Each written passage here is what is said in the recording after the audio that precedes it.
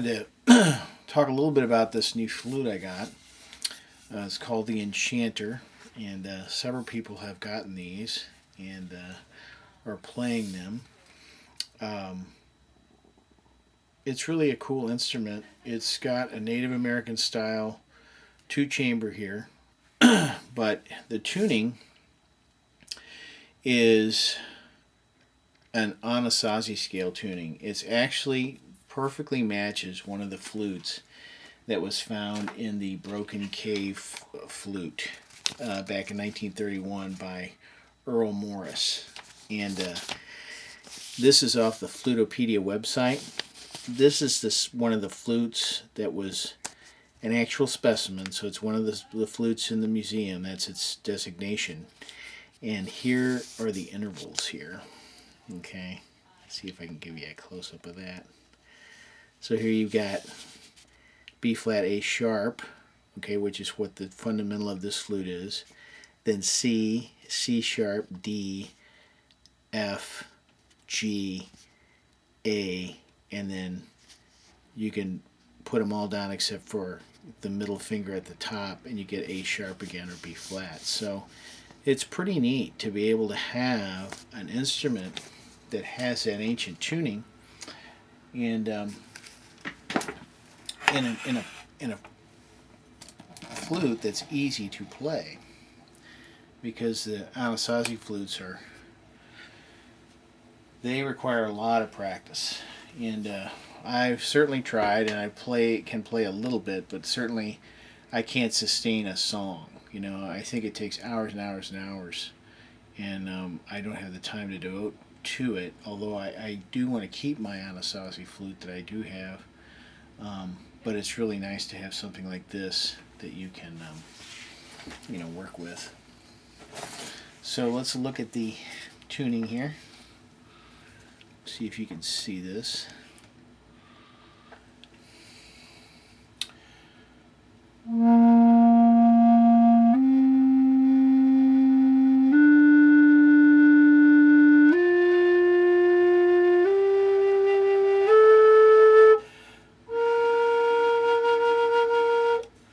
Alright, that's the scale that the flute maker had provided. Here you are. And that's this first line here. There's one deviation. Instead of playing these three to get the D, I have to put my finger down on the middle there to get it. If I play these three, it's a little sharp, so not a big deal. I'm very happy with the tuning of the flute. I think it's really a wonderful thing. I'll just go ahead and play you the bottom line here as well, so you can hear it. So it's kind of got a major and a minor in one flute.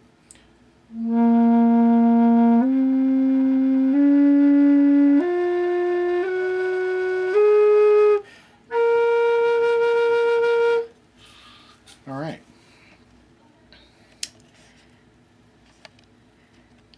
So I did want to talk a little bit about, I did some modifications to the flute. Again, I'm not being critical of the instrument. I think it's a wonderful design, and it's very inventive, creative, and I'm very glad to have it.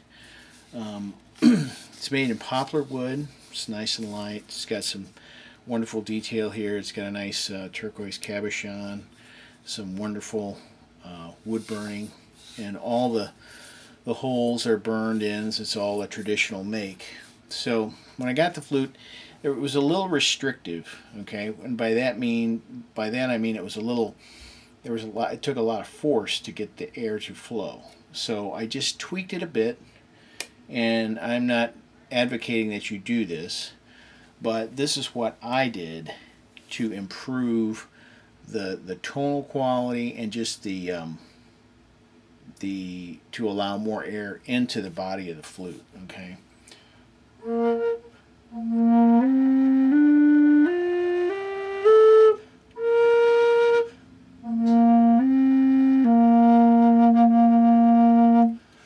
Alright, so I did four things. Okay.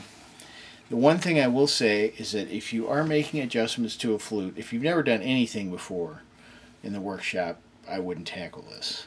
If you've made instruments and adjusted instruments, you know, I definitely would contact the flute maker first. And I'll leave his link below and his name.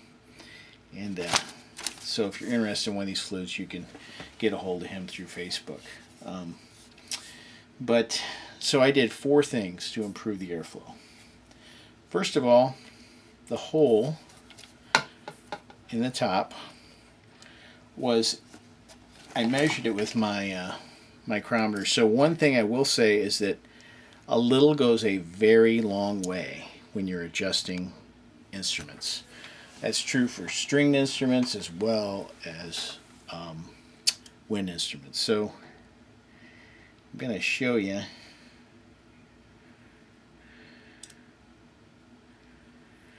So I measured the inner diameter of the hole, and it was at 310 thousandths of an inch. Okay, so,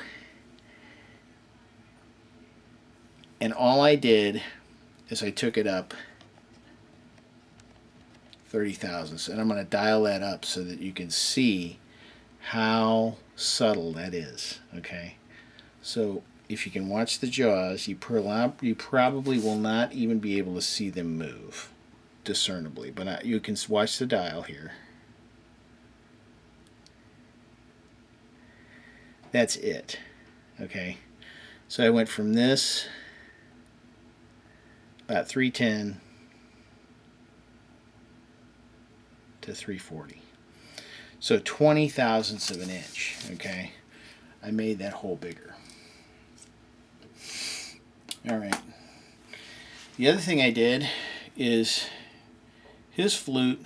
This was or his fetish came and it was solid. Okay, and so what was happening is that the air was being restricted by this, I think, by the fetish block being so close to the body of the flute. So I just kind of created a chimney by cutting a slot in the fetish the exact width of the sound hole. Okay, and that allowed more air to flow out and you get a bigger sound. All right, now the next thing, I polished, I guess I did 5 things. I polished the bottom of the flute block. You can see some moisture built up here. Okay, so I just took some sandpaper, and you can go to Brent Adams' website and his YouTube channel, and he showed how he did it with a file. I did the same thing. I took a file and wrapped some very fine 400 grit sandpaper around it and just kept working it back and forth in this slot just to smooth things out. Okay. And then also, after I did everything, I still felt the airflow was being restricted.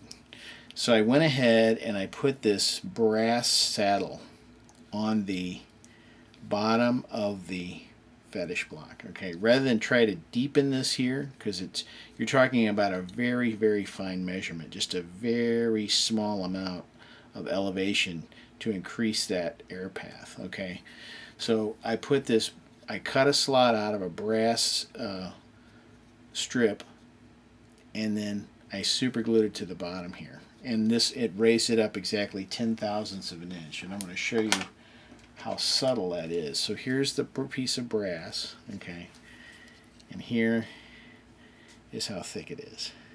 It is not thick at all. It's maybe about 3 or 4 sheets of paper together. Okay, so when I say a little goes a long way, a little goes a long way. That's why if this is blowing your mind, you probably don't want to be messing with it, because you can really mess up your instrument quickly. And I was very careful. You know, I did this in the evening, but again, I've made some flutes before. I'm not very good at it, but I kind of had an idea of how to proceed, so I was confident that I would do it, and by doing it in small increments, I was successful. The other thing is, obviously the flute's traditionally made, so there's a chamber here, okay, and when he burned the hole in, you know, the bottom of the chamber's here, and you can still see there's a bit of a lip here. Okay, well that lip was a lot higher than it is now.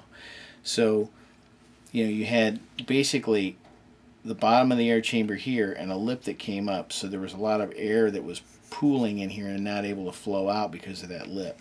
So I just took a round file and sandpaper. I used a file and sandpaper, and I filed that lip down. Now there's still, it's still not flush with the bottom of the chamber, but I really filed the lip down so that there's more airflow. So again, more air coming in by a very subtle amount, but I did clean up the hole and widened it by 20 thousandths. I filed the lip down here, so you've got, instead of having constriction here, it's coming up.